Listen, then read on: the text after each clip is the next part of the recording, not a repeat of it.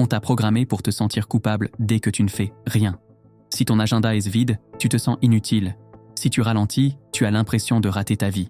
Et si tout ça, ce n'était pas un hasard, mais un système, on t'a vendu l'idée que la liberté, c'est de pouvoir tout faire. En réalité, tant que tu es constamment occupé, tu n'as le temps de rien remettre en question. Aujourd'hui, on va décortiquer ça ensemble. Pourquoi la société te veut t'occuper, pas libre, et comment tu peux reprendre le contrôle. Depuis l'école, on t'a habitué à suivre un emploi du temps qui n'est pas le tien. Tu apprends à demander la permission pour tout. Parler, aller aux toilettes, te lever. On te note sur ta capacité à rester assis, concentré, à remplir des exercices, pas sur ta capacité à penser par toi-même. On t'apprend à respecter l'horloge, pas à respecter ton énergie.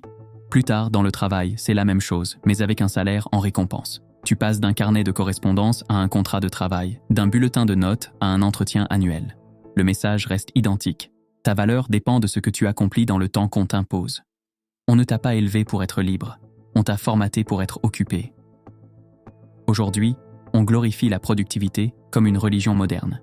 On te dit de faire des to-do list, d'optimiser ton temps, de te lever plus tôt, de grinder. Tu coches des cases, tu avances, tu t'épuises, et malgré tout ça, tu as toujours l'impression d'être en retard. Tu peux passer une journée entière à répondre à des mails, à gérer des tâches, à courir partout. Et pourtant, le soir, ressentir un vide énorme. Parce que tu as fait beaucoup de choses, mais pas forcément les choses qui comptent pour toi. Tu confonds être occupé et être utile. Et le système adore ça. Tant que tu cours après des objectifs qu'on t'a donnés, tu ne construis pas les tiens. Une personne occupée ne se pose pas trop de questions. Quand tu es fatigué, stressé, pris dans le tourbillon, tu consommes plus. Divertissement, nourriture, achats impulsifs, contenu rapide. Plus tu es épuisé, plus tu as besoin de récompenses immédiates, de distractions, d'évasion. Tout un modèle économique repose sur le fait que tu ne te sentes jamais vraiment comblé, jamais vraiment en paix. La société ne gagne rien à ce que tu sois profondément libre, calme, lucide. Elle gagne beaucoup plus à ce que tu sois constamment un peu frustré, un peu stressé, un peu distrait. C'est pour ça que chaque moment libre est devenu une opportunité de te vendre quelque chose. Ton temps est une ressource, ton attention est un marché. On t'a appris à avoir peur du vide. Quand tu n'as rien à faire, tu te sens gêné, tu sors ton téléphone, tu cherches quelque chose à combler. Mais le vide, c'est l'endroit où tu te retrouves vraiment. C'est là que tu commences à entendre tes propres pensées, tes vrais désirs, tes vraies questions. Évidemment que le système veut t'en éloigner. Une personne qui se connaît est plus difficile à manipuler. Ralentir, prendre du temps sans but, ce n'est pas de la paresse, c'est de la reconquête. Refuser d'être occupé en permanence, c'est dire « je ne suis pas qu'une machine à produire ». Tu ne vas pas changer le monde en un jour et le système ne va pas s'arrêter pour te laisser respirer. Mais tu peux commencer par reprendre des morceaux de ton temps. Refuser de dire oui à tout. Accepter que certaines choses restent de non faites, non optimisées, non rentables. Protéger des moments où tu ne fais rien d'utile aux yeux des autres, mais essentiel pour toi. Réfléchir, marcher, écrire, contempler, parler avec quelqu'un sans regarder l'heure. Ta liberté commence quand tu arrêtes de mesurer ta journée uniquement à ce que tu as produit. Tu redeviens libre quand tu redeviens capable de dire « ce moment-là, je ne le donne à personne. Il est pour moi. » On t'a appris à courir, mais jamais à t'arrêter. On te répète que le temps, c'est de l'argent, alors tu vis comme si chaque minute devait être rentabilisée. Tu ne t'autorises plus à t'ennuyer, parce que l'ennui, dans ce monde, c'est presque une faute morale. Pourtant, regarde bien. Tout ce qui a vraiment compté dans ta vie est né de moments où tu n'étais pas pressé. Les meilleures conversations, les idées qui t'ont marqué, les prises de conscience. Elles ne surviennent pas quand tu es en mode automatique, elles arrivent quand tu as enfin de l'espace. On te félicite quand tu es occupé. Dire « je suis débordé » est presque devenu un badge d'honneur. Comme si tu prouvais ta valeur en montrant à quel point tu t'épuises. Mais derrière ce mot « occupé », il y a une vérité plus sombre. Souvent, tu es occupé à fuir quelque chose. Tu te surcharges de tâches pour ne pas avoir à te poser certaines questions.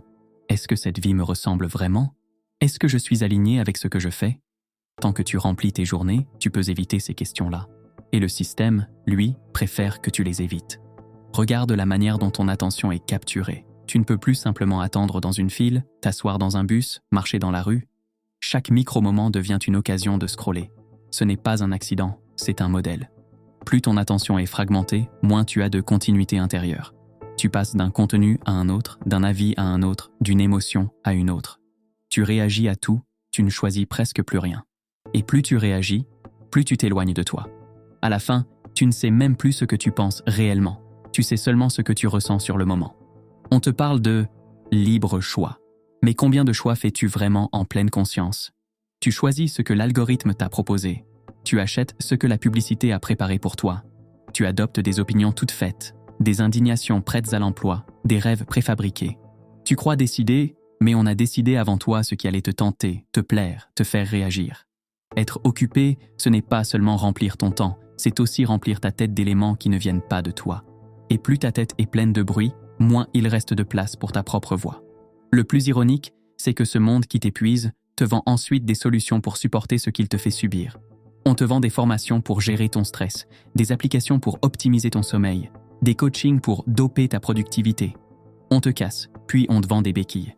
Tu te retrouves à payer pour apprendre à survivre dans un rythme qui, au fond, n'a jamais été humain. On parle de burn-out comme d'une maladie individuelle, mais c'est surtout le symptôme d'une société qui a oublié que l'être humain n'est pas une machine. Tu n'es pas né pour être un calendrier sur pattes, une succession de rendez-vous, de réunions, de tâches. Tu n'es pas né pour vivre exclusivement dans l'urgence, la pression, la distraction. Tu es né avec la capacité de réfléchir, de ressentir, de choisir. Et ça, c'est dangereux pour un système qui préfère les gens prévisibles. Alors on te distrait, on t'épuise, on t'occupe. On te donne des objectifs standards. Gagner plus, posséder plus, montrer plus. On ne te demande jamais « Qui veux-tu être vraiment ?» quand tu arrêtes de jouer un rôle. Imagine un instant une journée où tu ne chercherais pas à prouver quelque chose. Une journée où tu n'essaierais pas d'être à la hauteur de ce que les autres attendent de toi. Une journée sans performance. Tu te lèverais, tu prendrais le temps de respirer, d'observer, de ressentir. Tu ferais des choses non pas parce qu'elles sont rentables, mais parce qu'elles sont justes pour toi. Ce serait une journée simple, peut-être moins impressionnante sur les réseaux, mais infiniment plus vraie. Ce genre de journée, dans ce monde, est déjà un acte de résistance. Bien sûr, tu as des obligations. Tu as peut-être un travail, une famille, des responsabilités. La liberté dont on parle ici n'est pas une fuite dans une cabane au fond des bois. C'est une liberté intérieure qui commence par de petites décisions. Refuser de remplir systématiquement chaque minute. Te donner le droit d'être lent sur certaines choses. Ne pas répondre immédiatement à chaque sollicitation. Éteindre le bruit de temps en temps. Quand tu fais ça, le système ne s'effondre pas, mais quelque chose change en toi. Tu redeviens un peu plus sujet, un peu moins objet. Peut-être que la vraie question n'est pas « comment être plus productif ?», mais « qu'est-ce qui mérite vraiment mon temps ?» Ton temps, c'est ta vie en morceaux. Chaque fois que tu le donnes à quelque chose, tu lui donnes une partie de ta vie. Alors demande-toi, est-ce que ça en vaut la peine ? Est-ce que cette activité, cette relation, cette habitude mérite une portion de mon existence ? Si la réponse est non, alors continuer, c'est t'abandonner un peu. Tu n'as pas besoin que tout le monde approuve tes choix. Tu as besoin d'apprendre à approuver les tiens. Et si on te disait que la liberté véritable commence par accepter l'inconfort ? Parce que oui, être libre demande du courage. Le silence intérieur fait peur. Quand tu arrêtes de fuir dans l'action, tu fais face à toi-même. À tes doutes, tes peurs, tes regrets. À cette voix qui te demande « Est-ce que tu vis vraiment la vie que tu veux ?» La société préfère t'épargner cette confrontation. Elle te propose 1000 moyens de rester distrait. Séries, réseaux, notifications, consommation. Tout plutôt que le face-à-face avec ton propre vide. Pense à ces moments où tu te sens vraiment vivant. Ce n'est jamais quand tu es le plus productif. C'est quand tu parles jusqu'à 3 heures du matin avec un ami. Quand tu marches des heures sans but précis. Quand tu lis un livre qui te remue. Quand tu regardes un coucher de soleil sans penser à prendre une photo. Ces instants-là, tu ne les planifies pas. Ils arrivent quand tu as laissé de l'espace. Mais on t'a appris à ne plus laisser d'espace. Chaque minute doit être remplie, justifiée, photographiée, partagée. Résultat, tu n'as plus de moment à toi. Regarde comment on mesure ta valeur. Ce n'est plus par ta sagesse, ta bienveillance, ta profondeur. C'est par tes likes, tes followers, ton chiffre d'affaires, ta productivité. Tu es devenu une donnée dans un algorithme, un profil à optimiser. On te demande d'être performant dans tous les domaines. Travail, sport, couple, parentalité, développement personnel, politique.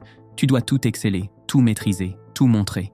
Mais personne ne te demande d'être simplement humain, de faire des erreurs, de douter, de te tromper, de changer d'avis, de ne pas tout savoir. Le pire, c'est qu'on t'a fait croire que tu choisis librement cette course. C'est moi qui veux réussir, moi qui veux performer, moi qui veux tout avoir. Mais est-ce vraiment toi qui parles, ou l'écho de 10 ans de conditionnement ? Depuis l'enfance, on t'a répété que tu ne serais rien sans diplôme, sans statut, sans reconnaissance extérieure. Aujourd'hui, tu cours après ces médailles comme si ta vie en dépendait. Et elle n'en dépend pas. Ce qui compte vraiment ne se mesure pas sur LinkedIn. Il y a une différence fondamentale entre occuper ton temps et donner du sens à ta vie. Être occupé te donne l'illusion de progresser. Donner du sens te demande de choisir. Et choisir, c'est renoncer. Renoncer à certaines opportunités, à certaines relations, à certaines attentes. c'est dire non pour pouvoir dire un grand oui à ce qui compte vraiment. Mais dire non, dans ce monde, c'est presque un crime. On valorise l'ouverture, la disponibilité, le oui à tout. Pourtant, sans non, il n'y a pas de liberté. Imagine que tu puisses voir ton futur. Pas dans 10 ans, mais dans 6 mois. Quel souvenir veux-tu garder de cette période? Les heures passées en réunion? Les stories Instagram que tu as postées? Les heures sup que tu as faites? Ou ces moments où tu as vraiment vécu? Où tu as créé quelque chose qui te ressemblait? Où tu as aimé sans calcul? Où tu as pris le temps de comprendre ce qui te fait vibrer? À la fin, personne ne se souvient de ta productivité. On se souvient de ta présence.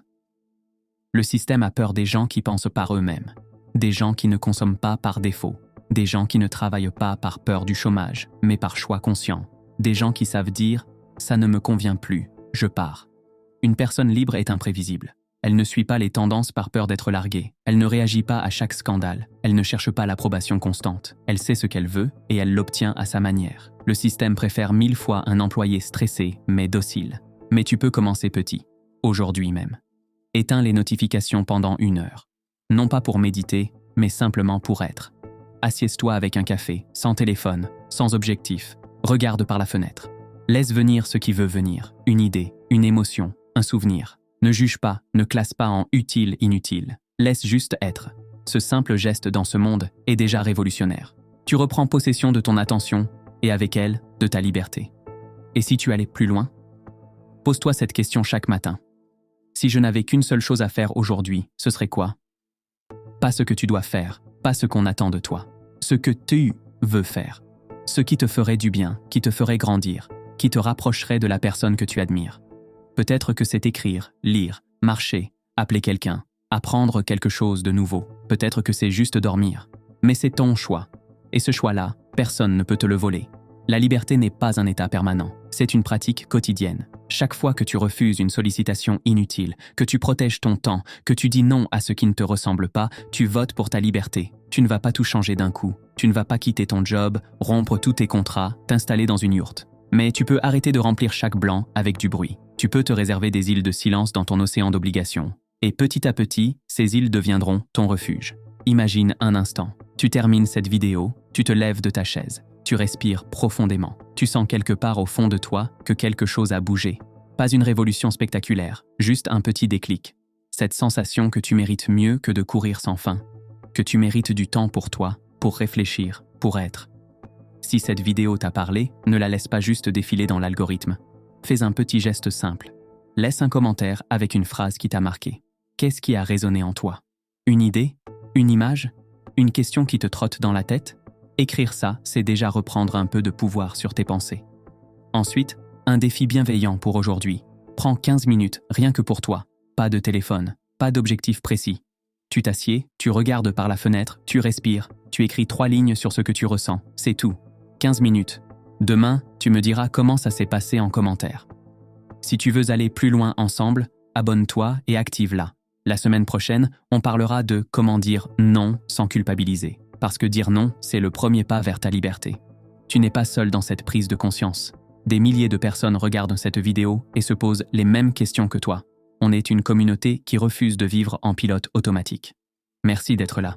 Merci d'avoir pris ces 2 heures pour toi. C'est déjà un acte de rébellion magnifique. Prends soin de toi. Vraiment, à très vite.